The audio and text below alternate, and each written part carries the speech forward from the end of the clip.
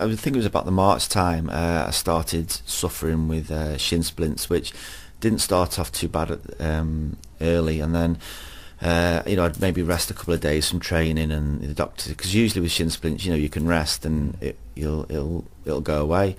But this just wouldn't go away. I'm not sure if it was the impact of playing so many games, high profile games, hard games at my age. I mean, I know I was 19, 20 years of age, but it just wouldn't go away. But I carried on, in the end, just carried on playing with it and just trying to ice my shins as much as possible, keep the inflammation down.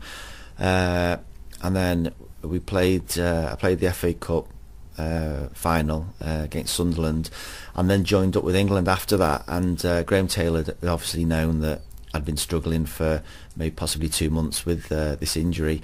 So as soon as I joined up for England, the doctor took me to hospital in London, and we had some proper scans and things like that, and the results came back worse than they thought, and they could see the inflammation in both of the shins was very, very hot, and there was something going on there. So I was recommended to rest for the whole summer to make sure for the next season, when I came back, that my shins would be fine. And obviously the disappointment of missing out on the Euros that year. How was that news broken to you? Because in your own mind you know that the injury is maybe not right, but when a manager has to almost take a gamble on a player, take him to a tournament when he might not play, I mean, was that news hard to take from Graham Taylor? Yeah, well, that's what he did say to me. Yeah, he said, it'd be a big gamble for me to take you. He said, I want to take you, but if I end up taking you, you break down after the first game, and you can't play the rest. I'm stuck a little bit there. But also, I think possibly you've been speaking to Graham sooner, so maybe getting a bit of pressure off him to say, I also want him ready for the start of the season, which ended up, it didn't work like that, because even though I'd had a rest throughout the summer, as soon as I came back for pre-season, the shin splints just came back again, which was, I started to worry a bit then. And I know I missed quite a few games in the pre-season.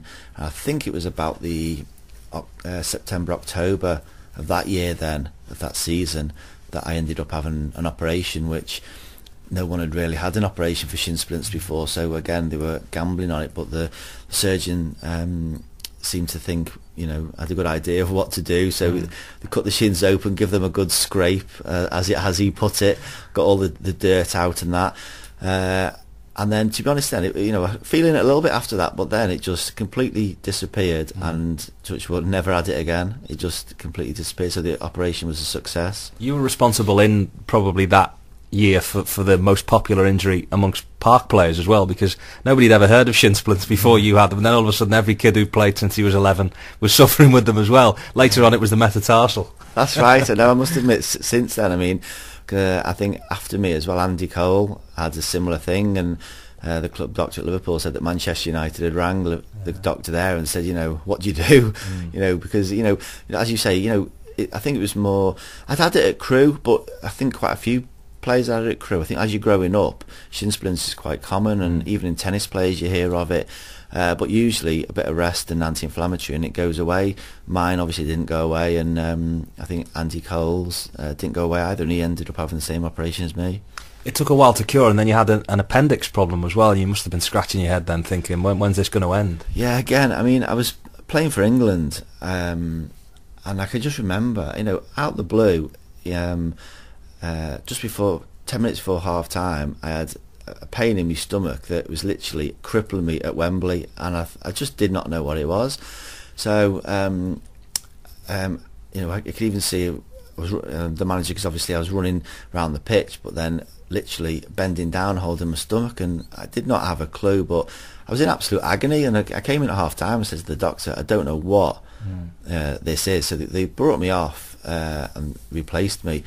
And then I went to have some tests, and yet I had grumbling appendix, and of all the times to have it, you have it on the pitch during an England game. You thought it could have waited while I was in training or something.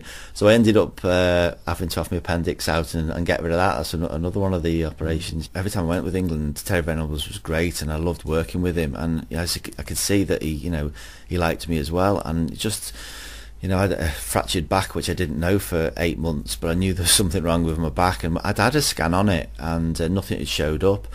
and again, I carried on playing and playing with it constantly for Liverpool and England. But at the end of '96 season, when we played Manchester United in the FA Cup, I came off the pitch then at Wembley and just said to the doctor, I said, "There's something seriously wrong with my back." I said, "It's just giving me, I'm in agony constantly." So he sent me to a specialist after the game in Crewe, and they took a lot more scans where they, look at the vertebra, but then all the way around it, and they caught a little crack that was in the back that they'd missed before.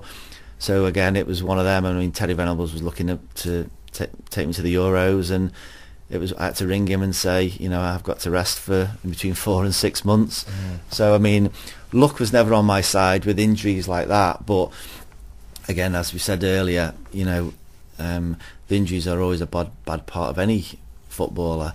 But I did get to play for Liverpool and England, and play at Wembley and win a couple of trophies. Let's rewind to almost that first season. You ended up playing in an FA Cup final, which must have been an incredible thing to happen so soon. And lots of people say it papered over the cracks a little bit for what was going on at Liverpool at the time. But in your own mind, as a footballer that had come from the 4th Division, what an achievement that was for you. Well, yeah, again, another dream come true, to be able to, walk out Wembley with, all my heroes. I mean, I'd been twice before to see FA Cups at Wembley, and it's just an unbelievable feeling to think that 1 minute you're sitting in the stands watching, and the next minute you're out there playing with John Barnes and Ian Rush, and you've got your mum and dad sitting in the stands watching you. So yeah, it was another emotional day, and it'd been a bit of a journey for me that year, but we came out winners, and it was a great day. Two big themes in the book, I think, are the loyalty that you felt to Graham Souness, who went through a really tough time at Liverpool, and lots of the players from that era say that he probably tried to change things for the better, but a bit too quickly. And also Roy Evans later on. But firstly on Souness, who signed you. What was your take on what was going wrong at Liverpool at that time, and his solution to it? Well, it was always hard for me, because I was 19 when I come in, so I wouldn't get involved in anything what was going on. But he bought me, and he gave me the chance to play for Liverpool, so I'm always respect him for that. And he was a great manager for me. And as you say, I think what people say is he probably tried to change it too quick. And I think he says himself now. I saw him. Funny enough, it was only last year. I saw him in Dubai on a beach, and I hadn't seen him since or even spoke to him since he'd left Liverpool. So I never actually got the chance to ever say, thanks for signing me. So I got the chance on that day, and we had the beer after, and he was, I think he realised himself that he probably did that mistake, make that mistake, of probably trying to change stuff, maybe too early, or I know we mentioned, he gave Mark Wright the captaincy when he probably overlooked a couple of the, older, more experienced players. Mark Wright was a great captain, but I think possibly some of the other players that have been at Liverpool a bit longer maybe thought they'd been overlooked. So maybe a few things went on there, but for me, Graham was fine. You do wonder whether sometimes when former great players go back to clubs to manage them, they sometimes care a little bit too much and can make emotional decisions. Do you think maybe looking back that was maybe what happened there as well? Possibly, because I know he absolutely he loves Liverpool, and but just speaking to him, he just he regretted a few things that went on. But it was nice to see him again. And if we're talking about Roy Evans, and again there's a tangent there that he won a major trophy again in 1995. Firstly, on the experience of going back there a couple of years later and winning another trophy at Wembley. Yeah, I mean that experience again was good. It's always nice to, it doesn't matter what trophy it is, but to get your chance to play at Wembley and win a trophy is really good. We had a good bunch of lads. We had some good team spirit, and Roy was a great manager. I know he gets a little bit of criticism that people think that he wasn't hard enough and he couldn't handle certain players. But my experience when I was there, if he wanted to give you a good telling off, he'd give you a good telling off. But on the other side of it, he's the nicest man you'll ever meet. And again, I got on with him really well. If I was doing something wrong, he'd always pull you aside at training and explain to you one-on-one, rather than possibly shouting at you in front of all the lads. So I thought he was great.